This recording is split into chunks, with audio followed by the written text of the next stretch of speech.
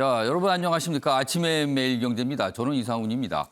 오늘은요, 새벽에 굉장히 급한 소식이 들려와서 평소보다 좀 다르게 좀 출발했는데요. 윤석열 국민의힘 후보 그리고 안철수 국민의당 후보가 단일화에 합의했다는 소식이 새벽에 들려왔습니다.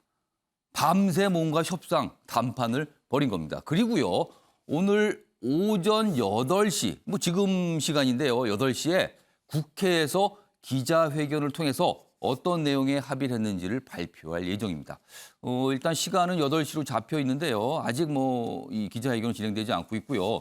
지금 국회 모습인데요. 뭔가 준비하는 모습 굉장히 분주한 상태에 있습니다. 어제 사실은 TV 토론이 좀 있었거든요. 근데 TV 토론이 끝난 이후에 두 후보가 만났습니다. 그리고 양측의 협상팀도 만났습니다. 그러면서 뭔가 얘기가 진행이 됐고요. 새벽께의 합의가 이루어졌다. 그리고요. 보도는요. 새벽 4시경부터 나오기 시작을 했습니다. 그리고 이제 뭔가 준비되어 있는 상황입니다. 자, 그럼요. 지금 아직 후보들이 도착을 안 해서 기자회견 진행이 안 되는데 그럼요. 먼저 준비된 내용부터 좀 이어가 보겠습니다. 먼저 이쪽 화면 보시면 사진을 좀 준비했는데요. 이 사진 보시면요. 어제 TV 토론을 하기 전에 4명의 후보가 손을 잡고 언론을 향해서 이게 좀 뭔가 포즈를 취한 사진인데요. 뭔가 좀 보이시나요? 시청자 여러분께서는요. 가운데에 윤석열 후보와 안철수 후보가 있죠. 그런데요. 넥타이 색깔 좀 봐주세요. 우연일까요? 어제 이 넥타이 색깔에 주목을 하시는 분이 꽤 있었습니다. 토론을 보시면서 넥타이 색깔이 같네. 그리고 어떤 분들은요. 안철수 후보의 색깔이 좀 더 붉은색이다. 이렇게까지 말씀하신 분 있었거든요. 그런데 오늘 단일화가 된 겁니다. 자, 그럼 이게 뭔가 암시를 한 거 아니냐는 거죠. 자, 그럼 어떤 분들은 그러실 수 있어요. 우연이겠지. 그런데요. 다음 사진 보겠습니다. 자, 이쪽에 있는 사진은요. 지난달 11일입니다. 매경 미디어 센터에서 열렸던 TV 토론. 그때도 4자 TV 토론이었는데 그때 당시에 넥타이 색깔이에요. 다르죠? 그런데 어제는요. 같습니다. 뭔가 굉장히 사소해 보이지만요. 사실은요. 대선 후보의 복장, 특히 이 남성의 경우는 이 정해진 어떤 이 복장이기 때문에 대부분 딱히 멋을 게 없다. 통상 이렇게 얘기하잖아요. 그래서 넥타이에 변화를 많이 주는데 이게 뭔가 보인 겁니다. 지금 상황이요. 한 달 정도 전하고 비교하면 뭔가 좀 확연히 좀 보입니다. 그래서 오늘 이런 모습이 어제 있었고요. 오늘 단일화 발표 예정입니다. 자, 일단 이 얘기 좀 해보겠습니다. 김재섭 전 비대위원. 일단 후보들이 뭔가 발표하는데 아직 준비가 안 된 상태로요. 현장에 준비가 되면 바로 연결해 드리겠습니다. 그리고 시청자 여러분께 현장 모습 전해드릴 예정이고요. 먼저 김재섭 전 비대위원. 일단 보도도 됐고요. 양쪽에서 다 설명이 있었습니다. 어느 정도요. 어떤 과정이 있었던 겁니까? 어젯밤에. 굉장히 긴박하게 이루어진 것 같습니다. 예. 그러니까 어제 토론에 들어가기 잠깐 전에요. 예. 윤석열 후보와 안철수 후보 간에 약간 회동에 대한 이야기가 잠깐 있었다고 합니다. 예. 그리고 나서 이제 토론회가 끝난 이후에 12시가 넘어서 자정이 넘어서 이제 안철수 후보와 윤석열 후보가 만나가지고 예. 새벽 3시까지 한 2시간 반가량을 이 단일화와 관련된 이야기들을 했다고 전해지고 있습니다. 예. 사실 근데 이게 갑작스럽게 이루어지긴 했지만은 예. 그 전에도 어느 정도 좀 유추를 할 수 있었던 것이 안철수 후보가 단일화에 관해서 굉장히 강경한 태도들을 보여주고 있다가 갑자기 누구든 만날 수 있다. 아젠다가 있으면 나는 누구든 만나서 이야기를 할 수가 있다라고 이야기를 해가지고 단일화의 가능성에 대해서 많은 분들이 점치고 있지 않았습니까? 그래서 단일화가 현실적으로는 좀 어렵지만 마지막에 후보들 간의 담판이 이루어지면 단일화가 이루어질 수 있다. 이런 예측들을 내놓았는데요. 사실 이제 그런 맥락으로도 저는 보고 있습니다. 특히 이제 단일화 시한이 오늘까지로 보는 것이 맞거든요. 오늘까지요? 왜냐하면 내일부터 사전투표, 4일부터 사전투표가 이루어지기 때문에 오늘 단일화가 이루어지지 않으면 사실상 이 단일화의 효과가 훨씬 더 떨어진다는 면에서 어저께 좀 긴박하게 이루어진 것이라고 예측이 좀 되고 있습니다. 사실 근데 이게 또 핵심 참모들이 예. 이미 지난 1일부터 그 윤석열 후보와 안철수 후보 간의 어떤 단일화를 계속 조율하는 움직임이 있었고 예. 안철수 후보가 여기에 대해서 납득을 하고 그럼 그렇게 해보자라고 이제 이야기를 전달한 이후에 안철수 후보가 윤석열 후보에게 오히려 제안을 했다고 이렇게 그 과정들이 알려져 있습니다. 자, 그럼요. 단일화. 그러니까 이게 담판을 통한 단일화인데 그렇다면 안철수 후보가 후보를 사퇴하는 거잖아요. 거꾸로는 아니겠죠, 설마 지금요. 그렇다면은요. 안철수 후보 입장에서는 뭔가 본인을 던지는 거잖아요. 그럼 궁금한 것이 김세엽 전 비대위원. 안철수 후보가 글쎄 이렇게 얘기하면 또 너무 지금 단일화를 가지고 너무 계산하는 거 아니냐 할 수도 있지만 안철수 후보가 얻게 되는 건 뭡니까? 일단은 아직까지는 이제 그 우리 공동 기자회견이 이루어지지 않았지만 저희가 뭐 예측하기로는 이게 조건 없는 단일화라는 이야기를 좀 했던 것 같습니다. 그래서 우선은 뭐 조건 없는 단일화가 맞긴 한데 예.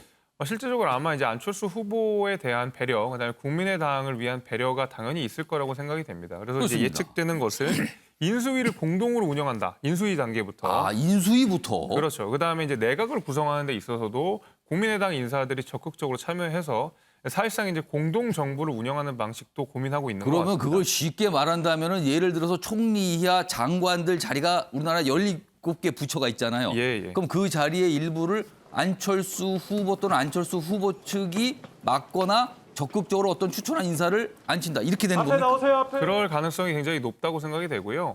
사실 저희가 단일화 협상이 그전에도 한번 있다가 결렬된 거 아니겠습니까? 김 전 비대위원 잠깐만요. 지금요 두 후보가 지금 기자회견을 위해서 걸어 들어온 모습입니다. 지금 저희가 국회 소통관인데요. 에스컬레이터를 타고 2층으로 지금 올라온 겁니다. 그리고 저 앞으로 조금 더 가게 되면요 기자회견을 할 수 있는 장소가 나옵니다. 두 후보가 좀 나란히 지금도 보시면요. 넥타이 색깔이 안철수 후보 굉장히 짙죠. 그리고 윤석열 후보는 약간 옅은 색입니다. 오히려 윤석열 후보는 뭐랄까요? 좀 더 색깔이 좀 덜 드러낸 모습이네요. 자, 지금 기자회견을 위해서 이동을 하는 모습입니다. 김재엽 전 비대위원님 말씀하시다가 지금 중간이 됐는데 이따가 요 기자회견 끝나면 다시 그 내용 좀 이어가도록 하고요. 좀 현장 모습 계속 보겠습니다. 이건 보면은요, 뭐 양당 관계자들의 모습 얼굴들이 좀 비추고 있습니다.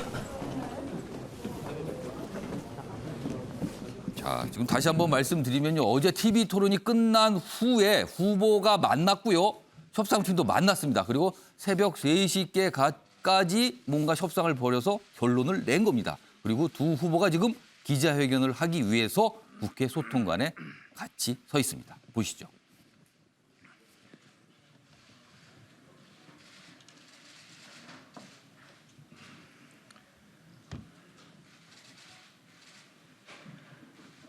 사랑하는 국민 여러분, 저희 안철수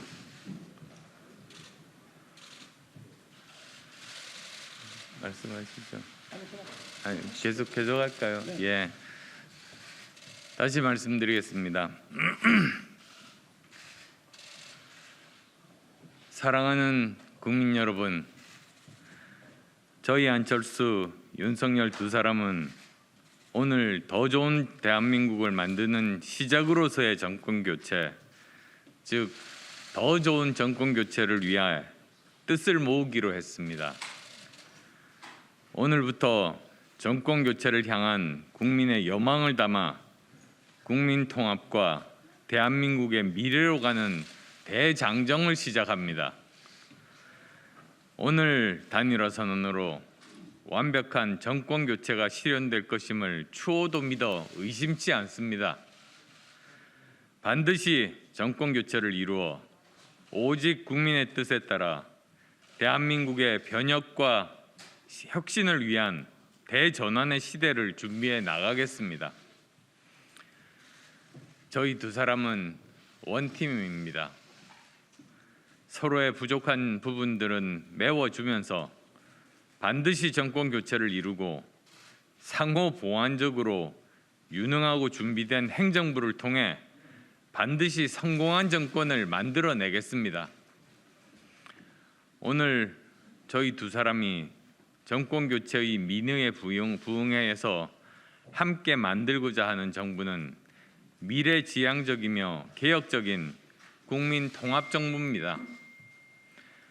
국민통합정부는 87년 민주화 이후 한국 정치의 고질병인 승자 독식, 증오와 배제, 분열의 정치를 넘는 첫걸음이 될 것입니다.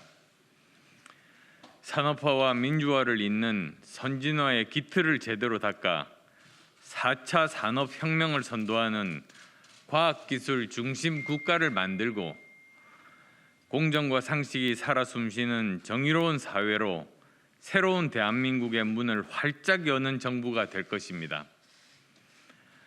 국민통합정부를 통해 지난 4년 반 동안 내로남불, 거짓과 위선, 불공정 등으로 비정상으로 점철된 모든 국정 운영을 정상화시킬 것입니다. 국민 여러분, 국민통합정부가 나아갈 방향을 말씀드리겠습니다. 첫째, 국민통합정부는 미래정부입니다. 우리는 과거가 아니라 미래를 보고 가겠습니다. 적폐청산 등 퇴행적 국정 운영이 아니라 미래를 대비하는 국정 과제들을 만들고 실행에 옮기는 것이 더 중요합니다. 이념 과잉과 진영 논리를 극복하고 특정 집단에 경도된 정책을 과감히 걷어내고 오직 대한민국의 미래를 위해 가장 필요한 실용 정책을 중심으로 국정을 운영할 것입니다. 둘째, 국민통합정부는 개혁정부입니다. 정권이 필요한 개혁이 아니라 시대가 요구하고 국민이 필요로 하는 개혁을 반드시 해낼 것입니다. 정권의 부담이 되더라도 국민과 국가의 미래와 지속 가능성을 위해 필요한 개혁 과제들을 책임 있게 추진해 나가겠습니다. 국가와 국민을 위해 꼭 해야 할 개혁 과제들을 외면하거나 차기 정부로 떠넘기는 비겁한 짓은 결코 하지 않을 것입니다. 셋째, 국민통합정부는 실용정부입니다. 오직 국익을 중심으로 국정을 운영하고 시장 친화적인 정부가 되어 이념과 진영이 아닌 과학과 실용의 정치 시대를 열겠습니다. 전임 정부에서 추진했던 정책이라도 국가적 차원에서 필요한 정책은 계속해서 추진해 나갈 것입니다. 국정이 이념의 포로가 되고 정치가 진영의 인질이 되는 일은 결코 없을 것입니다. 넷째, 국민통합정부는 방역정부입니다. 무엇보다도 먼저 코로나19 위기와 잘못된 방역정책과 함께 침체된 내수 경기의 진작을 통한 위기 극복에 힘을 모을 것입니다. 자영업자, 소상공인을 비롯한 고통받는 취약계층의 우선적 지원에 최선을 다하겠습니다. 정치 방역이 아니라 과학 방역으로 팬데믹을 막아내고 민생을 지켜내겠습니다. 다섯째, 국민통합정부는 통합정부입니다. 국민통합 없이 위기를 극복한 나라는 없습니다. 분열과 과거가 아닌 통합과 미래를 지향하고 잘못된 정책은 즉시 바로잡아 대한민국을 바른 궤도 위에 올려놓겠습니다. 단절과 부정이 아닌 계승과 발전의 역사를 써나가겠습니다. 이제 더 이상 대한민국의 국민을 가르는 분열의 정치는 사라질 겁니다. 국민 여러분, 국민통합정부는 대통령이 혼자서 국정을 운영하는 정부가 아닐 것입니다. 협치와 협업의 원칙 하에 국민께 약속드린 국정 파트너와 함께 국정 운영을 함께 해 나가겠습니다. 인수위원회 구성부터 공동정부 구성회까지 함께 협의하며 역사와 국민의 뜻에 부응할 것입니다. 모든 인사는 정파에 구애받지 않고 정치권에 몸담지 않은 인사들까지 포함해서 도덕성과 실력을 겸비한 전문가를 등용하겠습니다. 구체적인 개혁 과제 선정과 개혁 방향에 대해서는 계속 말씀드려 나가겠습니다. 존경하는 국민 여러분, 대한민국의 미래와 국민 통합 정부의 성공을 위해 두 사람은 국민 앞에서 겸허하게 약속합니다. 저 안철수는 윤석열 후보를 지지하기로 했습니다. 저 윤석열은 안철수 후보의 뜻을 받아 반드시 승리하여 함께 성공적인 국민 통합 정부를 반드시 만들고 성공시키겠습니다.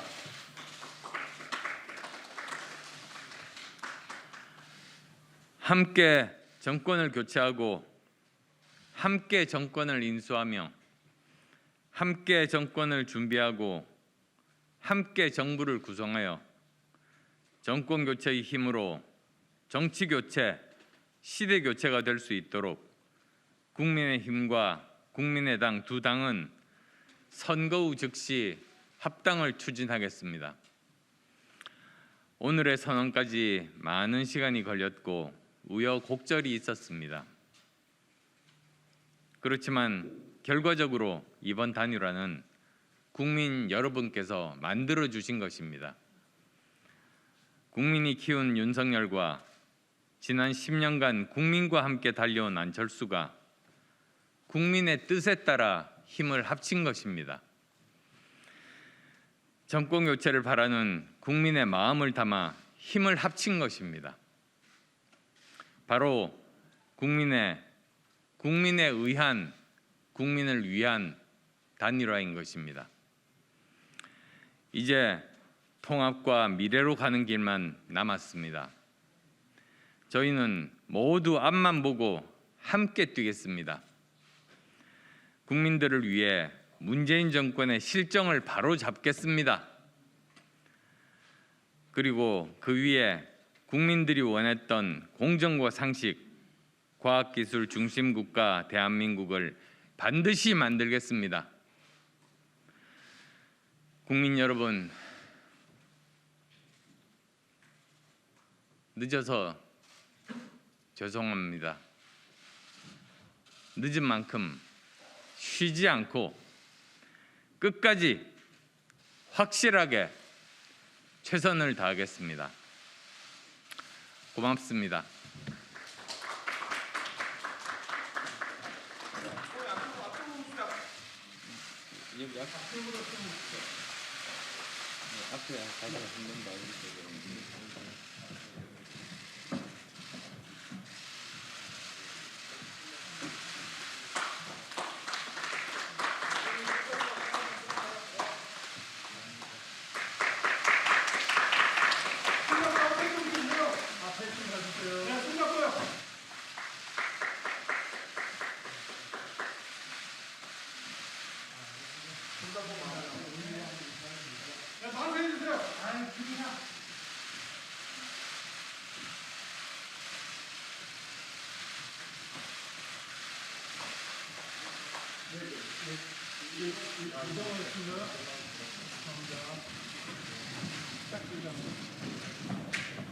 이거 필요 없으세요?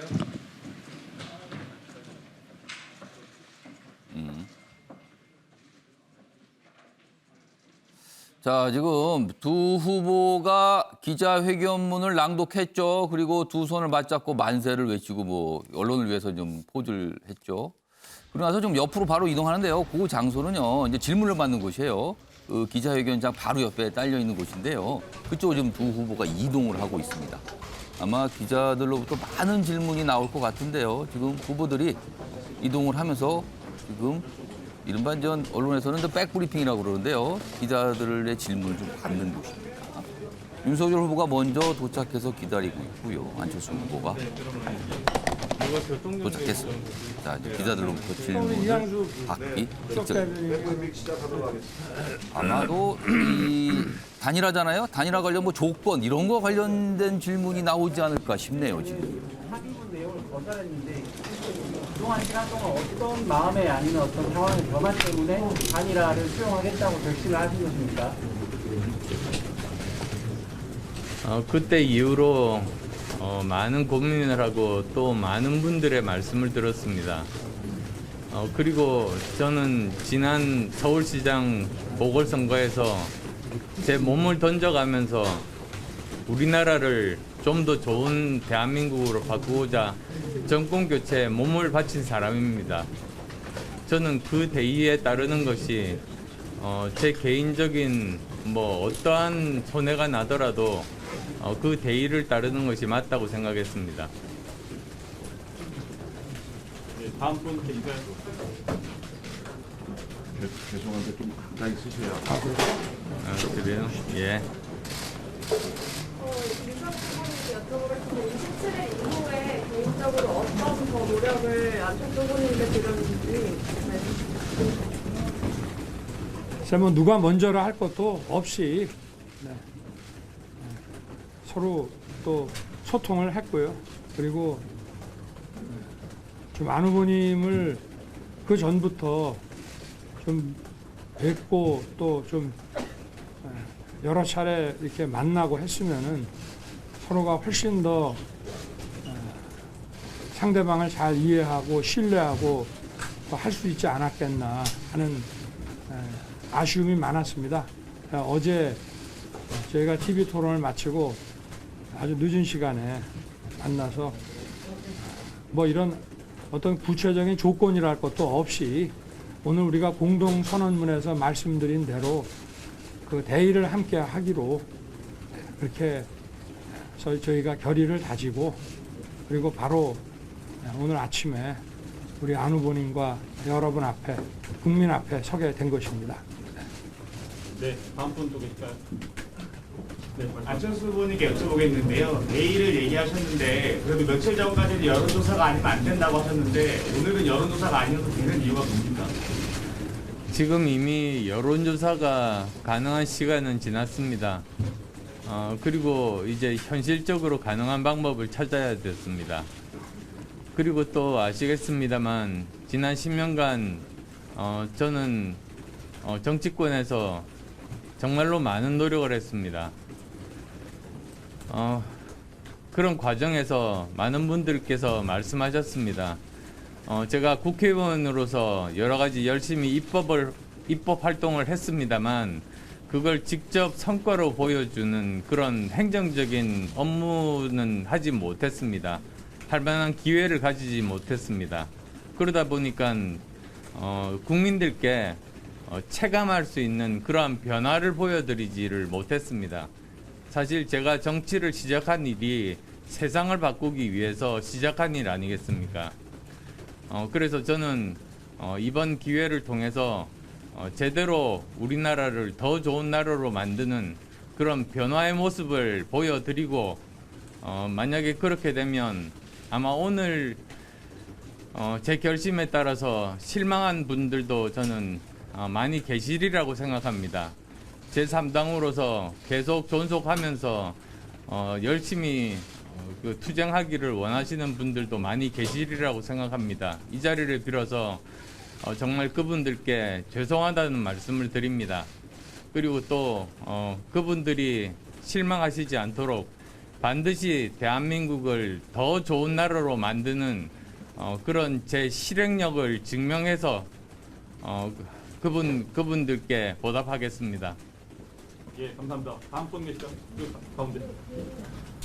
합당을 정권교체 이후에 제가 하겠다고 했는데 어떤 방식으로 나왔는지 제가 어느 분한테 뭐 여쭤보시는 거죠? 어느 분한테 두 분 중에? 아무래도 네 저희가 그리고 안철수 후보님한테도 우선 하고 그다음 하죠. 헷갈립니다. 방금 전에 우리 안 후보님께서 말씀하신 것을 잘 좀 한번 새겨봐 주시기를 바라겠습니다. 저희는 또 제가 우리 안 후보님과 국민의당 관계자분들께 이런 말씀을 드렸습니다. 삼지대의 원칙과 소신도 중요하고 그 정치의 역할도 중요하지만 그동안 정계 투신에서 닦은 그 경륜으로 우리 국민의 힘과 또 저와 힘을 합쳐서 국민의 힘의 철학과 가치의 폭을 좀 넓혀 주시고 또 저희와 함께 새로운 더 좋은 나라를 만드는데 함께 좀 노력을 해보자고 말씀을 드렸고 아마 그동안 해오셨던 그 어떤 정치 활동과 본인의 철학이 금방 이렇게 방향을 전환하기는 쉽지 않았을 거라고 생각을 하고요. 저는 지난 27일에 여러분들께서 기대했던 이런 단일화가 성사되지 못했던 것도 우리 안 후보님께서 그동안 그 제3지대에서의 그 소신 있는 그 정치 활동을 지지해 주신 많은 분들의 그 어떤 헌신과 그 감사에 대한 그 어떤 마음의 부담이 크지 않았나 그런 생각이 됩니다. 또 우리 안 후보님과 또 우리 양당이 서로 합당을 함으로써 저희 국민의 힘이 국민들의 더 사랑을 받을 수 있게끔 이 가치와 철학이 더 확장될 것으로 저희는 기대하고 있습니다. 예, 감사합니다. 예, 예. 안 후보님 혹시 사퇴는 언제 하시는지랑 또 인생 같이 나가실 계획 있으신지 궁금합니다. 그건 정해지면은 말씀을 드리도록 하겠습니다. 안 하신 분 먼저 하겠습니다. 이우민 기자. 네, 문화일보 이유민입니다. 안 후보님께 질문 드리겠는데요. 후보님께서 단일화 이 협상 과정에서 이준석 국민의힘 대표로부터 조금 모욕적이랄지 이렇게 생각될 수 있는 표현들도 들으셨고 했는데 그런 것에 대한 앙금은 지금 남아있지 않으신 상태인지 궁금합니다. 그리고 또 안 후보님께서 오늘 좀 선언을 주로 읽으셨는데 이 선언문은 누가 주로 작성하신 건지 궁금합니다.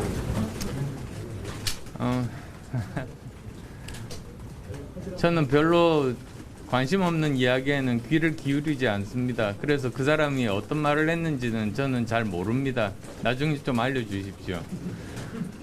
그리고 선언문은 이제 초안이 있습니다. 그 초안을 또 새벽에 일어나서 밤새 다듬었고 그것에 대해서 또 윤석열 후보께서 고칠 부분이 없다. 그대로 하자고 또 흔쾌하게 동의를 해주셔서 그 선언문을 읽게 됐습니다. 네, 감사합니다. 안 하신 분 먼저 하겠습니다. 아니 아까 안 후보님 행정적 업무 언급하셨는데요. 혹시 입각을 고려하고 계신 건지 궁금합니다.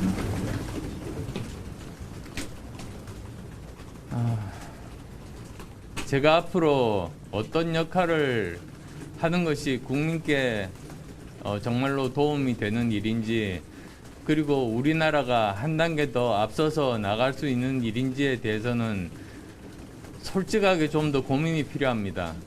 여러 가지 가능성들이 있지 않습니까? 우선은 선거에서 이기는 것이 가장 중요합니다. 정권 교체가 중요합니다. 선거에서 그런 말이 있습니다.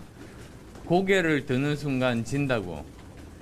지금 이렇게 단일화를 한 게 선거 승리했다는 말이 아닙니다. 더 겸허하게 저는 더 열심히 노력하고 국민께 다가가서 국민들께 호소를 해야지 저희들이 선거 승리가 가능하다고 생각합니다. 우선 그 말씀부터 드리고 싶습니다.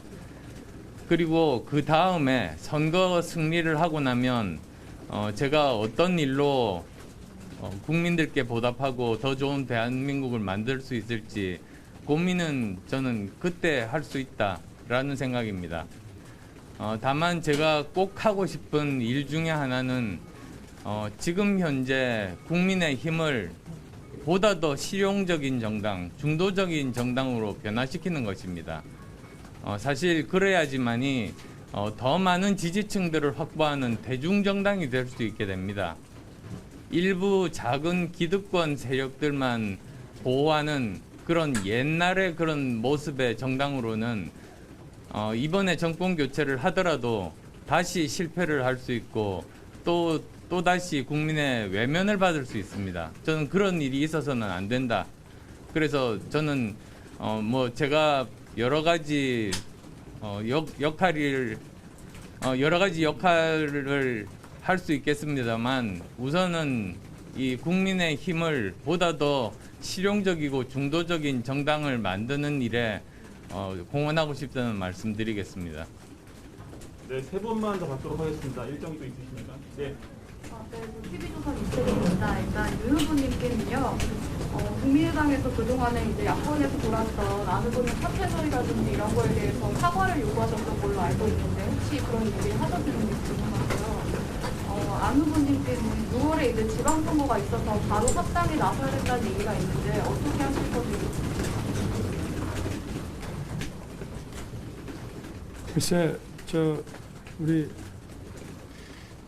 TV조선 기자님 말씀의 취지를 제가 좀 정확하게는 의미를 잘 모르겠습니다만은 어찌됐든 이제 안철수와 윤석열 또 국민의힘과 국민의당은 사실상 하나가 됐습니다.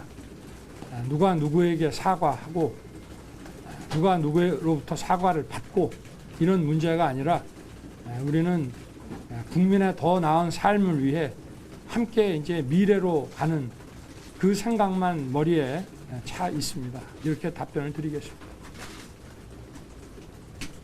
다음 후보님 아까 합당에 대한 견해. 지방선거. 예. 네, 그건 뭐 저희가 하여튼 대선 직후에 지방선거 문제보다도 대선 직후에 네, 대선에 저희가 국민 승리에 우리 대선을 좀 이끌어내고 그리고 대선 직후에 신속하게 합당 절차를 마무리할 생각입니다. 네. 어제 새벽에 만나셨다고 하는데 혹시 그 만남은 누가 제안하셨는지 여쭙고 싶고 그다음에 그게 토론 전에 이루어진 건지 아니면 토론 후에 이루어진 건지도 같이 여쭙고 싶습니다. 자, 지금까지요. 이 단일화 관련 기자회견, 윤석열 후보, 안철수 후보의 기자회견 내용, 그리고 이어서 두 후보의 질의응답까지 좀 길게 전해드렸습니다. 핵심을 좀 간단하게 요약을 해드리죠. 이제 기자회견을 통해서는요, 이런 말이 나왔어요. 뭐 여러 가지 뭐 정권 교체하겠다, 뭐 지지한다 이런 얘기가 있었는데요. 좀 귀를 잡았던 내용은 과학기술 중심 국가를 만들겠다. 이거는 안철수 후보가 그동안 외쳤던 내용인데 윤석열 후보가 공약으로서 받아들인 셈이 됐습니다. 그리고요, 좀 더 구체적인 내용이 있었는데요. 인수위 구성 때부터 그리고 공동정부 구성까지 함께한다. 그러니까 대선 끝나서 만약에 승리하게 되면은 인수위 때부터 안철수 후보의 의사가 적극 반영된다. 그리고 정부 구성, 구체적으로 말씀드리면요. 총리 이하 장관 자리를 얘기하는 겁니다. 여기에도 뭔가 의견 그리고 적극적으로 반영하겠다. 이런 약속을 한 겁니다. 그리고 또 한 가지 좀 더 구체적인 내용은 질의응답에서 나왔죠. 합당 얘기가 나옵니다. 그러면서 안철수 후보가 얘기했죠. 국민의힘이 나아갈 방향에 대한 얘기까지 했습니다. 중도 실용 정당으로 바뀌어야 한다. 뭔가 계획을 갖고 있는 것 같습니다. 자, 그럼 여러분들과 이 얘기 좀 해보겠습니다. 아까 김재섭 전 비대위원이 방송 초반에 말씀하시다가 이제 갑자기 끊기면서 현장 연결이 됐거든요. 아까 조건 얘기를 했어요. 이 단일화의 조건 얘기하는데 지금 기자회견 그리고 질의응답을 통해서 보니까 구체적으로 좀 나온 것 같아요. 일단 인수위 공동정부 이거 같이 한다. 근데 그건 어떻게 보면 원칙적일 수도 있어요. 그러나 구체적인 거는 합당 얘기가 나왔습니다. 이건 어떻게 된 걸까요? 합당 얘기는 사실은 그 전부터 많이 나왔었던 얘기죠. 예. 특히 이제 안철수 후보 같은 경우에는 국민의힘이랑 단일화를 했던 것이 윤석열 후보와의 단일화만 있었던 것은 아니지 않습니까? 불과 이제 지난해 4월에 3월에 우리가 이 서울시장 재보궐선거가 있었을 당시에도 안철수 후보는 오세훈 후보랑 단일화하는 과정 속에서 조건 없는 합당을 내걸었던 적이 있습니다. 물론 그 이후에 그 합당하는 절차가 좀 미진해가지고 좀 이런저런 장애들이 있다 보니까 결국 합당으로는 이어지지 못하고 그의 어떤 가치 연대 내지는 어떤 정부를 비판하는 같은 어떤 진영의 목소리를 예. 끊임없이 내놨기 때문에 합당이 아마 단일화가 이루어진다 그러면 이번 대선에서 단일화가 이루어진다 그러면 합당은 자연스러운 수순으로 가지 않을까라는 것이 대부분의 예측이었습니다. 그러면은 이제 합당하기로 한 거예요, 지금? 발표를 했거든요. 예, 그러면 그렇죠. 합당 이후에 안철수 후보의 역할은 그 합당된 정당에서 뭡니까? 아무래도 뭐 합당이라고 한다 그러면 예. 기본적으로 이제 당을 구성하는 여러 가지 직책들이 있지 않습니까? 그래서 예. 뭐 지도부가 있을 수 있고요. 각 또 지역을 지키는 저 같은 당협위원장들도 예. 있을 거고요. 거기에 이제 제 생각에는 국민의당 인사들이 일부 참여하는 방식으로 아마 되지 않을까 싶고 제 생각에는 이제 당권이라는 이야기도 계속 나오는데 그러니까 안철수 후보가- 당대표 얘기가 나올 수밖에 그렇죠. 예, 없어요. 당대표 이야기가 나오긴 하는데 예. 이준석 대표가 만약에 이번 선거에 이기게 된다 그러면 예. 계속 본인의 임기를 채워나갈 것이거든요. 지난해 당대표가 그렇죠. 됐잖아요. 예, 임기가 2년으로 우리가 설정이 되어 있기 많이 남아 때문에 있습니다, 지금. 계속 이제 2년 동안 이준석 대표가 당대표 업무를 수행할 것으로 예상이 됩니다. 그러면은 그 합당에서 이준석 대표는 당대표가 되고 합당된 정당의 당대표가 되고 그럼 안철수 후보는 그 당에 들어갔는데 그렇죠. 어떻게 되는 겁니까, 그러면은? 그것까지는 아직 뭐 정해진 바가 없는 것 같습니다. 그래서 아마 그건 굉장히 예민한 문제고 예. 단순히 이제 윤석열 후보와 안철수 후보 간의 이야기로만 끝날 것이 아니라 예. 이 당권과 관련된 당의 어떤 지도부와 관련된 문제는 철저하게 또 이준석 대표와의 합의도 필요하고 그다음에 국민의힘 지도부와의 의견 조율도 반드시 필요한 문제이기 때문에 예. 이것을 아마 지금 둘 간의 공동선언문에서는 등장하기가 굉장히 어려웠을 것 같습니다. 그리고 굉장히 예민한 문제이기 때문에요. 그래서 아직까지는 그 뭐 당권이라는 거 그다음에 뭐 지도부에 참여하는 거 이런 것들은 조금 시기상조인 것 같고 예. 제 생각에는 대선이 끝나고 나서 어떤 당권을 어떻게 할 것인지 아까 전에 그 안철수 후보가 국민의힘을 중도 실용 정당으로 예. 나아가는데 도움이 되겠다고 중도 실용 이야기하면 얘기를 강하게 했어요. 그게 이제 정강 정책에 해당하는 문제거든요. 예. 정강 정책이라고 하는 것이 단순히 그냥 바꿉시다 해서 바꾸는 것이 아니고 모든 당원들의 결의가 있어야지 정강 정책을 바꿀 수가 있습니다. 전당대회 또는 뭐 그렇죠. 정국위원회 이런 게 필요한 그런 거죠, 게 지금. 필요하기 때문에 예. 아마 그런 여러 가지 절차들이 남아있기 때문에 그건 아마 추후에 대선이 승리를 한다 그러면 이준석 대표와 합의를 통해서 그다음에 예. 당원들의 의사를 다 모아가지고 그다음에 이제 진행할 수 있는 부분이라서 지금 다 말씀드리긴 좀 굉장히 어려울 것 같습니다. 합당을 하는데 당대표가 아닌 합당, 안철수 후보. 이게 쉽지 않겠는데요. 뭔가 복잡한 무슨 어떤 협의사항, 과제가 좀 남아있는 것 같기도 합니다. 자, 일단 전해드렸고요. 지금 기자회견이 방금 끝났기 때문에 아직 여당인 더불어민주당의 어떤 입장, 논평은 아직 안 나왔죠. 그런데 오늘 더불어민주당의 현근택 선대위 대변인 나와 계시거든요. 마침요. 자, 아마 민주당 쪽에서 첫 입장 발표를 공식적으로 지금 말씀하시는 자리예요. 지금요. 어떻게 보셨는지 그리고 민주당 입장에서는 조금 긴장 되시는 상황인 건지 말씀해 주시죠. 지금 선대 입장에서는 정리를 하고 있는 입장입니다. 예. 그러니까 뭐 개인적인 의견을 말씀드리는 거는 좀 적절하지 않다. 좀 신중해야 된다 지금. 네, 왜냐하면 뭐 저도 사실은 이제 대변인 맡고 있기 때문에 이게 뭐 공식적인 입장이 될 수 있는 거라서. 예. 근데 저는 근데 이제 사실은 우리가 전부 단일화 얘기는 지금 계속 해오지 않았습니까? 예. 그런데 이 단일화의 원인은 저는 아마 거의 뭐 개인적인 생각은 있습니다. 왜냐하면 최근 지지율이 이제 이재명 후보는 좀 상승세에 있었고 윤석열 후보는 좀 정체에 있었거든요. 예. 그리고 단일화를 한다 만다 이러면서 안철수 후보 지지율이 좀 빠지면서 이제 한 자릿수로 좀 정체돼 있어서 저는 뭐 이준석 대표가 했던 얘기 그러니까 단일화라는 거는 2등 후보와 3등 후보가 하는 거다 아닌가. 그러니까 약간 지지율이 최근에 윤석열 후보 입장에서 좀 약간 뭐 지금 뭐 조사 방법에 따라 다릅니다만 이재명 후보가 앞서는 조사 결과 나오고 있거든요. 예. 어쨌든 추세적으로는 저희가 조금 상승 국면에 있어서 그런데 좀 위기감을 느낀 단일화 아닌가라고 생각이 되고요.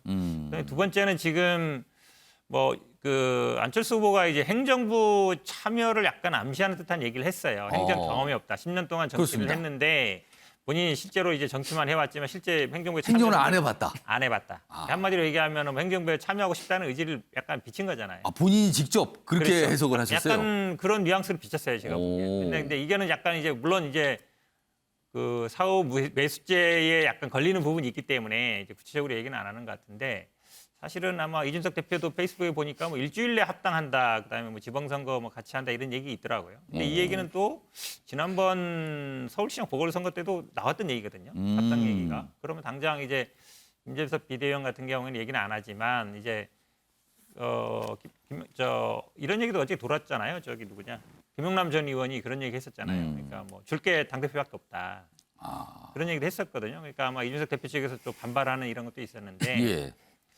안철수 후보 입장에서는 어쨌든 지금 소수파기 때문에 의원이 3명밖에 예. 없고 그러면 결국은 당을 현재 상태로 그냥 이렇게 당대표가 되기 위해서는 막 선거 과정은 쉽지 않을 거예요. 선거에서 이기기는. 그러면 어떤 식으로든 간에 당을 좀 본인이 책임지는 예, 그런 예. 식으로 갈 가능성이 높지 않은가. 개인적으로는 입각하거나 입각은 본인이 안 하고 다른 사람이 하거나 본인은 이제 당대표를 맡는 식으로 가지 않을까라고 조심스럽게. 그러니까 송근택 대변인의 말씀과 아까 뭐 안철수 후보의 어떤 질의응답을 좀 묶어서 보면은요, 두 가지 길이 보이네요. 일단 합당을 통한 당대표 역할을 맡는 길, 아니면 윤석열 후보가 당선될 경우 차기 정부의 내각에 들어가서 뭔가 행정을 맡는 길. 두 가지 길이 일단 가닥이 잡히네요, 지금으로서는요. 약간 그렇게 예상은 해봅니다. 근데 근데 뭐 저도 이게 송근택 뭐 개인적인 예. 생각이기 때문에 뭐 예, 뭐라고 예. 말씀드릴 수는 없어요. 송근택 대변인께 추가 질문 짧게 드릴 텐데요. 그동안 사실 이재명 후보 민주당도 안철수 후보에 지대한 관심을 보여왔습니다. 그리고요, 네. 최근에는 안철수 후보는 사실상 민주당과 심리적 연대 관계다라는 말까지 민주당에 나왔어요. 네. 근데 이거 어떻게 된 겁니까? 일단은 민주당에서 안철수- 뭔가 잘못 짚은 겁니까, 그럼? 아니 뭐 안철수 후보의 선택이기 때문에 민주당 입장에서 뭐 안철수 후보한테 뭐라고 할 수는 없는 거예요. 본인이 정치적인 판단을 한 거지 않겠습니까? 근데 뭐 당장 제가 보기에는 뭐 지지율 부분에서는 모르겠습니다만 아마 이게 단일화를 한다고 하면 가는 국면으로 갈수록 아마 좀 안철수 후보 지지율 빠진 경향이 있어서 단일화 효과는 제가 보기에 뭐 2002년에 예. 어게인 2002년이 될 수도 있다라고 보고 있습니다. 자, 박찬호 교수님. 오늘 단일화가 나왔잖아요. 이 효과에 대한 분석 좀 해보겠습니다.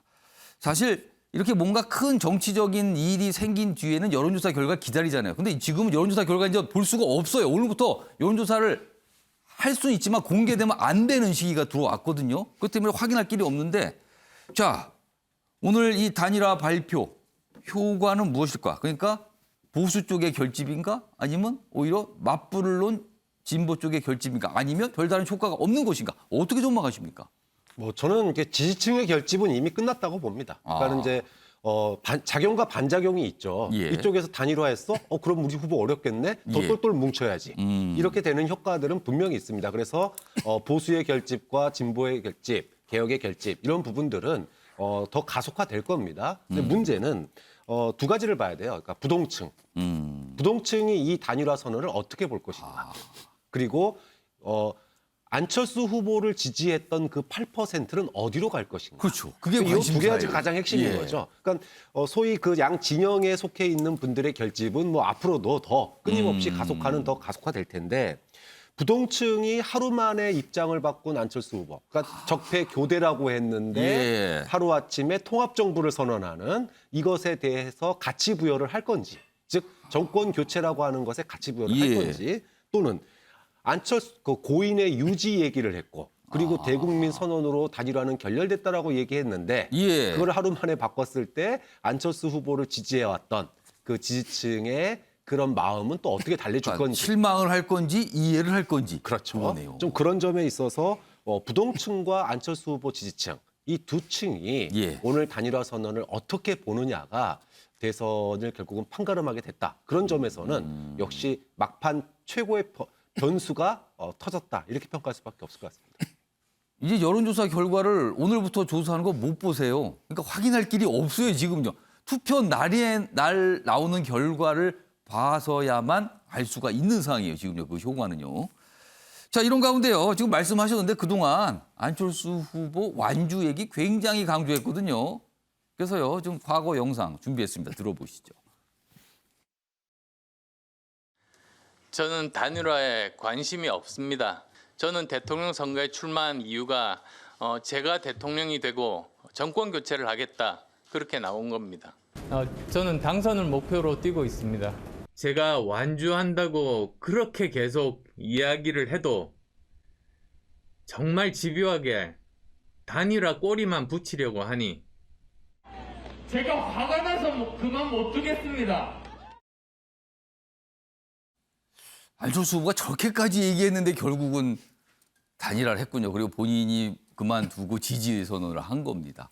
그리고요, 내일부터 사전투표, 그리고 3월 9일 본투표잖아요. 근데 이미 투표 용지 다 인쇄됐거든요. 안철수 후보가 들어가 있어요, 그 용지에. 그러면은 많은 분들이 혼동하실 것 같은데 사실은 투표장에 이제 사퇴한 후보는 사퇴했다고 붙이거든요. 그럼에도 불구하고 이게 막상 투표하실 때 또 이게 이른바 이제 이미 사퇴했는데 뭐 거기에 표기가 되는 뭐 이런 경우가 나타날 수가 있어요. 아무튼 상황은 이렇습니다. 윤영걸 전 대표님, 방금 영상으로 확인해 봤는데요. 완주를 이렇게 강조했었거든요. 그동안. 며칠 전까지만 해도. 그리고 화가 나서 그만 못 둔다까지 얘기했어요. 근데 오늘 결국은 그만두면서 단일화가 됐거든요.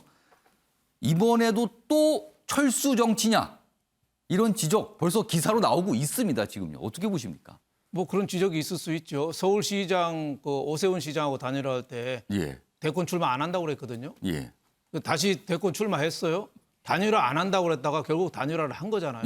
그래서 안철수 후보한테 따라다니는 이미지가 철수 정치, 그리고 또 왔다 갔다 한다는 면에서 철새 정치, 철수와 철새인데 저는 이번에는 어떻습니까? 네, 이번에는 조금 다르지 않나 싶어요.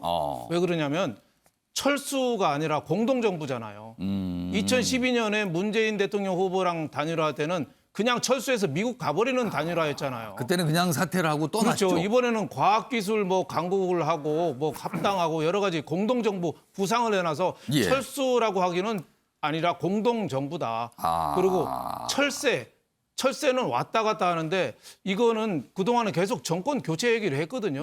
그래서 어느 정도 안철수 후보 입장에서는 명분하고 실리를 좀 챙긴 거 아니냐. 다만 이제 너무 늦었어요. 농구로 말하면은 버저 비터죠. 마지막 경기 종료 경보 울릴 때 지금 슛을 쏜 거거든요. 그렇습니다. 지금요. 그게 슛이 들어갈지 안 들어갈지는 모르겠어요. 하지만은 저는 정권 교체라는 그 지금 대의 이거로 해서는 어느 정도 평가는 받을 만하다. 선거에서 세 가지 중요하잖아요. 구도, 인물, 공약. 근데 구도가 지금 여태까지 정권 교체 여론이 54%, 정권 재창출이 한 36%, 두 개가 한 16% 이상 차이가 났어요. 근데 지금 정권 교체를 위해서 두 분이 손잡은 거는 어느 정도 선거 변수의 구도에 그 어느 정도 따라갈 수 있는 거죠. 그리고 인물, 윤석열 후보가 정치 촌영생이라는 한계가 있잖아요. 검찰총장으로서 전 정부랑 마찰도 있어서 공정 상식을 내놨지만은 초년생이라는 한계가 있는데 그래도 안철수 후보가 한 10년 정도 경력이 있으니까 서로 좀 보완하는 이미지가 있지 않느냐. 그리고 공약도 좀 어느 정도 국민의당하고 좀 보완을 하는 그런 수준에서 평가는 받을 만하다. 그래서 저는 DJP 그게 이게 모델 아니냐 싶은데 다만 이제 문제는 DJP는 1997년에 할 때는 1년여간 협상을 했거든요. 지금 이거는 그 삼국지에 나오는 도원결의 수준이에요. 오늘 새벽에까지 문안을 보고 고개 끄덕거렸다는데 그러니까 디테일로 가면은 앞으로도 계속 말썽의 여지가 있죠. 공동정부나 합당이나 하나하나 그 쉬운 게 없거든요. 그래서 안철수 후보의 또 특이한 또 사고 체계 이런 것 때문에 앞으로 무난하게 가기는 어렵지만은 우선 지금 급한 거는 선거잖아요. 선거에 안철수 후보도 아까 얘기했잖아요. 우선 급한 건 선거다. 그리고 고개 들면 진다. 뭐 골프 용어죠. 헤드업 하면 안 된다는 얘기랑 똑같은데 선거를 위해서 급히 도원결의를 했는데 저는 상당한 영향은 미치지 않겠느냐. 마지막에 단일화가 지금 단일화 변수가 단일화 그리고 네거티브 또 우크라이나 전쟁 이 정도고 다른 변수가 없는데 사전투표 하루 전에 포탄이 하나 떨어졌다는 거는 큰 어떻게 보면은 도움이 될 수 있겠다. 저는 이런 생각을 했습니다. 박찬호 교수님께는 짧게요. 아까 잠깐 나왔는데 앞으로 합당 얘기가 나왔단 말이에요. 그럼 이준석 대표의 관계 그동안 굉장히 껄끄러웠어요. 3.1절 기념식에는 서로 악수했습니다만 안철수 후보의 표정 굉장히 그다지 반기지 않은 표정이었거든요. 앞으로 이 두 인물의 관계 이거 과제 아닙니까? 그렇죠. 뭐 사실 두 인물의 관계뿐만이 아닙니다. 자, 합당을 하게 되면 일어나는 현상이 지난번 서울시장 선거 끝나고 나서 합당이 깨진 이유도 지분 싸움이었어요. 곧 지방선거가 있습니다. 그다음에 인수위라든지 청와대라든지 이 자리 인사권이 있습니다. 많은 사람들에 대한 인사를 해야 되죠, 지금. 그렇죠. 이번 단일화의 이면 속을 조금만 들여다보면 굉장히 큰 시한폭탄이 들어있다. 당원들의 의사라든지 뭐 이번 단일화가 굉장히 전격적으로 이루어졌잖아요. 예. 그러다 보니까 향후에 공천, 그다음에 인사 이 부분에 대해서 안철수 후보 측의 얘기를 어디까지 들어줘야 되느냐.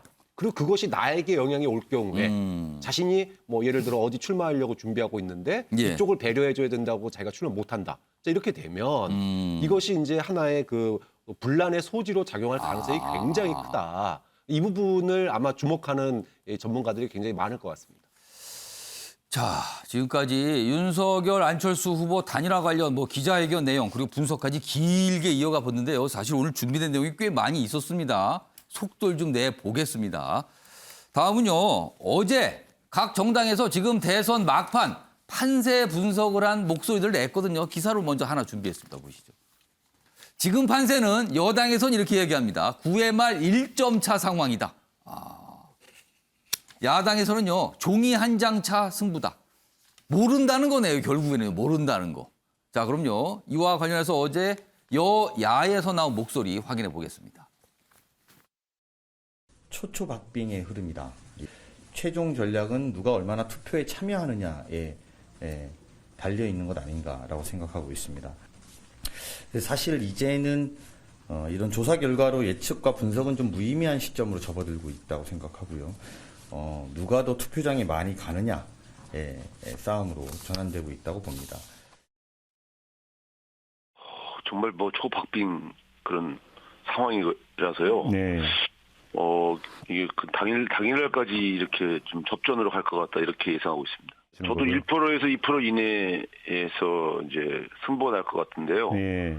결국은 이제 어느 후보를 지지하는 그 진영의 결집력이 누가 더 강하냐 이제 이쪽이 더 이 판세의 결정적 요인이 될 것 같습니다. 우리 저 프린트 용지 한 묶음 해놓으면 종이 한 장 딱 빼는 그 차이 3천만 명이 투표한다고 보면요. 예. 1%가 30만이거든요. 예. 1% 차이도 사실은 살뜰리는 차이죠. 오픈 사전투표율이 승리의 발판이 됩니다. 지금은 단 한 표도 소중한 초박빙 구도입니다. 잘못된 정보에 현혹되어 소중한 한 표를 잃는 일이 없으시기를 간곡하게 당부드립니다. 그러니까 여야 모두 결과 절대 모릅니다. 아슬아슬합니다. 그러니까 지지하시는 분들 모두 나와서 투표해 주세요. 이렇게 호소를 한 겁니다. 어제요.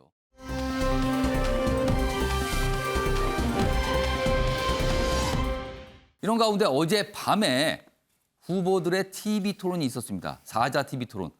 자, 그럼 안철수 후보는 이제 그걸 끝나고 이제 협상에 들어간 거잖아요. 먼저 이 TV 토론 여러 가지 내용이 있었는데 언론들은 이런 내용 주목하고 있군요. 먼저 첫 번째 보시죠. 이재명 도대체 몇 번째 우려먹냐? 이렇게 나와요. 그다음에 윤석열 애들 반장 선거냐?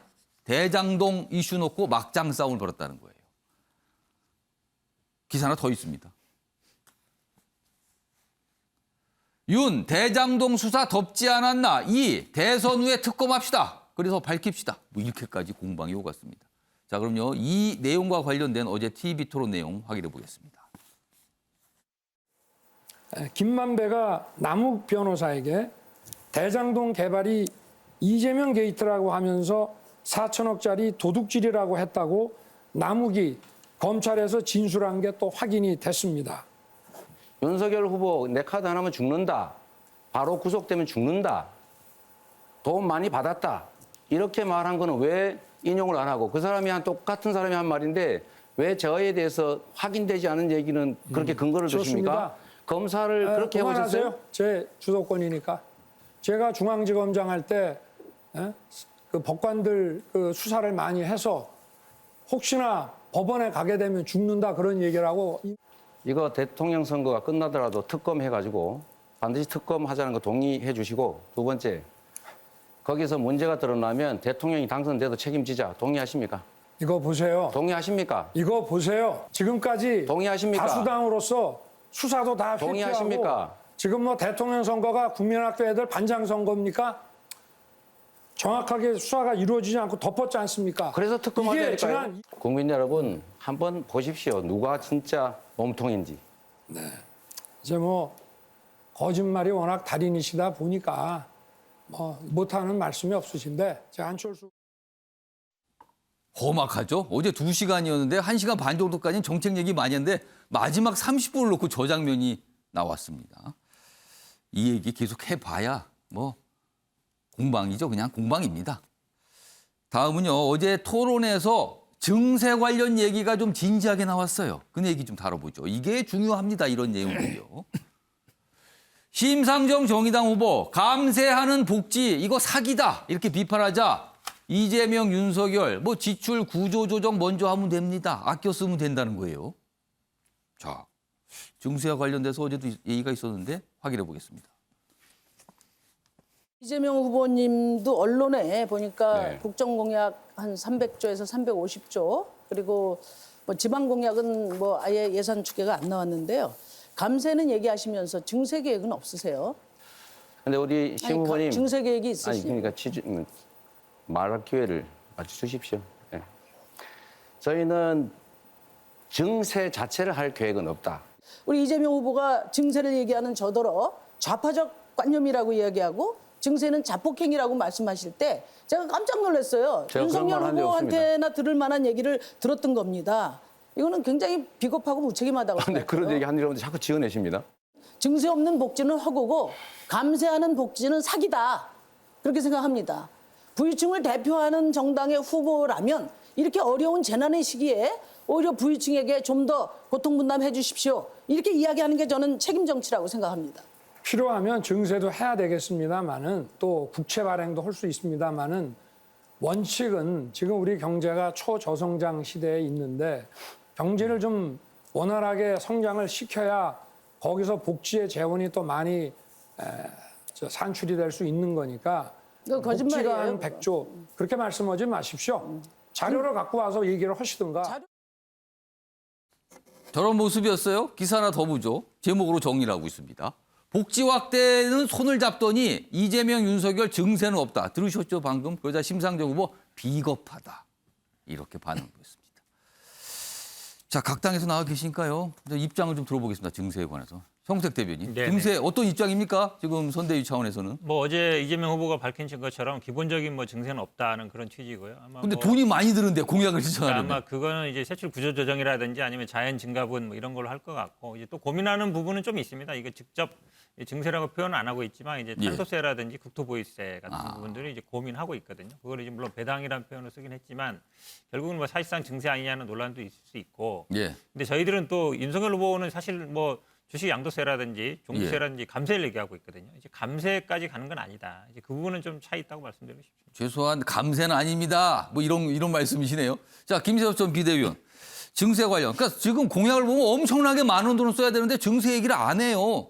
그리고 성장하면 된다는 게 윤석열 후보 입장 같은데 어떤 겁니까, 의견은? 원칙적으로는 그렇죠. 이제 경제 성장을 통한 어떤 경제 활성화를 통해서 이제 세수 증가를 우리가 기대할 수 있으니까. 근데 그게 안 되면 성장이 어렵잖아요, 지금. 그래서 지금 사실 이제 증세라든지 아니면 주채 발행을 필요한 경우에 할 수 있다라고 이제 분명히 이야기를 했는데 아마 이런 걸 겁니다. 그러니까 지금 우리 그 문재인 정부 내에서도 이게 뭔가 징수가 가장 공정하게 이루어지고 있느냐, 그다음에 지출은 우리 효율적으로 이루어지고 있느냐. 사실 여기에 대한 국민들의 불신들이 분명히 있거든요. 그래서 우리가 정말 강건한 복지국가를 만들기 위해서는 사실 징수와 지출에 대한 국민들의 신뢰가 기본적으로 깔려야 됩니다. 아마 그런 배경에서 우리가 지금 경제 성장분을 통해서 충분히 세수를 마련할 수가 있고 세출 구조조정이나 이런 것들을 해서 지금 낭비된 예산들을 확실하게 정리를 하고 필요한 부분에 투자를 한다 그러면 복지국가를 우리가 확대할 수 있다. 이렇게 주장하신 걸로 제가 보입니다. 유영걸 대표님, 과거 이제 경제 관련 취재 많이 하셨잖아요. 어제 후보들의 이 발언 들으시고 좀 정리를 해주시죠. 어떤 의견이십니까? 저는 심상정 후보 말 한마디가 어제 2시간 토론에서 한마디만 귀에 들어오던데요. 뭐라고 그랬냐면 증세 없는 복지는 허구이고 감세하는 복지는 사기다. 사기다. 그 유승민 옛날에 의원하고 박근혜 전 대통령하고 증세 없는 복지. 복지는 허구라고 해서 예. 그때 마찰이 많았잖아요. 예. 거기다가 심상정 의원이 한마디를 더 붙였어요. 감세하는 복지는 사기다. 어떻게 복지를 늘리는데 그러면 돈이 더 필요한데 어떻게 세금 더 적게 걷어요? 이율배반적이잖아요. 창하고 방패하고 서로 찌를 수 있다는 거, 막을 수 있다는 거랑 똑같잖아요. 모순이라는 말이죠. 그러니까 저런 말이 이제 국민들이 더 이상 속으면 안 되겠습니다. 복지를 확대하려면은 돈을 많이 걷어서 예. 부가세를 더 걷든지 아니면 소득세를 인상하든지 예. 뭔가 재원을 해야 되는데 정치인들이 저렇게 솔직하지 못한 거죠. 네. 알겠습니다. 토론 다 끝났습니다. 뭐 더 이상 후보들의 의견은 뭐 유세장에서 이제 들을 수 있습니다만 증세 얘기 안 하겠죠. 후보들은요. 국민들이 좋아하지 않는다 이렇게 생각하고 아무 말 것 같긴 합니다. 자, 다음은요. 어제 한 가지 행사가 있었고요. 이 행사에 문재인 대통령이 화상, 그러니까 영상으로 축사를 좀 했거든요. 먼저 기사 좀 보겠습니다. 먼저 사진 좀 봐주실까요? 여기가 뭡니까 이게? 건물이 앞에 하나 괜찮게 지은 건물이 있고 사람들이 있는데 옆에는 그냥 흙바닥이군요. 대학교의 모습입니다. 대학교의 이름은 한국에너지공대입니다. 전남 나주에 위치하고 있습니다. 개교식을 했어요. 학교를 연 겁니다, 문을. 그리고 학생도 받았습니다, 이번에. 이 사진입니다. 내용 보겠습니다. 허벌판에 건물 1개, 이른바 한전공대를 불러요. 한전에서 이제 자금을 댔다는 뜻에서 이렇게 불리는데 1회 입학식이 어제 있었어요. 그 모습인데 여기 보시죠. 문재인 대통령이 축사를 합니다. 그런데 지금 1학년 학생을 받은 거거든요. 대학원생들을 해서. 근데 졸업 때까지 사실은 공사가 계속 진행돼야 돼요. 건물 하나밖에 없어요, 지금요. 이 상황입니다. 자, 그럼요. 어제 문재인 대통령의 화상 축사 들어보겠습니다. 한국에너지공대는 두 가지 큰 꿈을 품고 있습니다. 첫째는 국가균형발전의 꿈이며 둘째는 미래에너지 강국의 꿈입니다. 한국에너지공대에는 노무현 정부에서 문재인 정부로 이어지는 일관된 국정 철학이 담겨 있습니다. 광주, 전남은 대한민국 에너지의 중심이 되었고 에너지 산학연 클러스터를 통해 글로벌 에너지 허브로 도약을 추진하고 있습니다. 김재섭 전 비대위. 이 에너지 공대 문재인 대통령의 당시 대선 공약이었어요. 이제 이게 실현이 된 겁니다. 이거 어떻게 보셨습니까?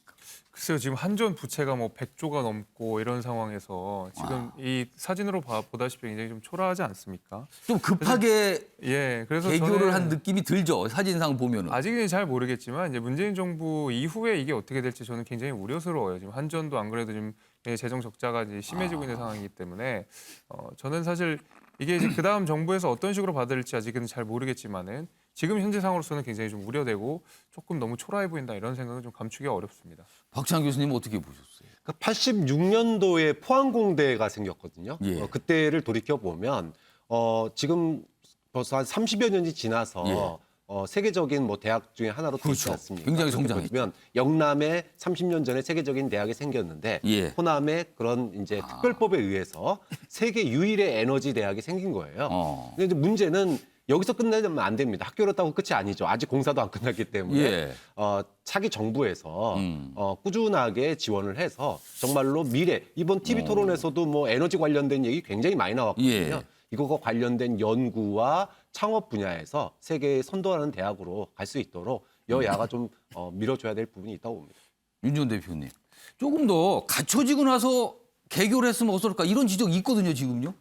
어떻게 보세요? 그런 점이 굉장히 안타깝죠. 저렇게 공약을 좀 안 지켜도 되는데 진짜 공약 지킬 거는 나를 안 찍은 사람도 끌어안고 그런 공약을 좀 지켜야 되는데 그런 공약은 또 진영 논리로 안 지키고 저렇게 한전공대같이 이렇게 무리한 거 지키는 거예요. 국내 대학에도 저 에너지학과가 많아요. 그런데 학생도 많이 부족해요. 학생이 안 와요. 그리고 취업이 안 돼서 난리인데 저렇게 또 공약이라는 것 때문에 저렇게 학교를 또 하나 만들어가지고 이제 그 숙소도 기숙사가 없어가지고 골프텔에서 2015년 앞으로 학생들이요? 3년 이상을 골프텔에서 잔대요. 그런데 무슨 공부를 하겠어요. 저기에서 뭐 돌이나 죽고 저기 뭐 땅이나 고르면 몰라도 저 공부가 되겠습니까 저게? 저게 급하게 임기 말에 한다는 게 저는 참 한숨이 나옵니다. 자, 아무튼 뭐 대학은 열었고요. 그리고요, 입학생 뽑았는데 뭐 경쟁률이 굉장히 높았다 그래요. 그러니까 이 학교에서 이 학생들에 대한 어떤 조건 이런 게 굉장히 좋은 학교로 알려져서 많은 지원을 했는데 일단은 많은 과제를 좀 남고 있습니다. 이런 상황인데 어떻게 될 것인가 뭐 이런 겁니다, 지금. 자, 우크라이나 관련된 내용은요. 이 매경 일면에 나온 사진 하나 좀 소개해 드릴게요. 그 사진부터 좀 보시죠. 자, 보겠습니다. 여기 보시면 같은 사람인데요. 우리나라에서 첼리스트로 활동하시는 분인데 우크라이나 지금 갔습니다. 그리고 총을 잡았습니다. 우크라이나 국민들의 모습 중에 하나입니다. 지금. 마지막으로 사진을 좀 소개해 드렸습니다. 자, 아침의 매일경제 오늘은 여기서 마무리하겠습니다. 시청해 주신 여러분 고맙습니다.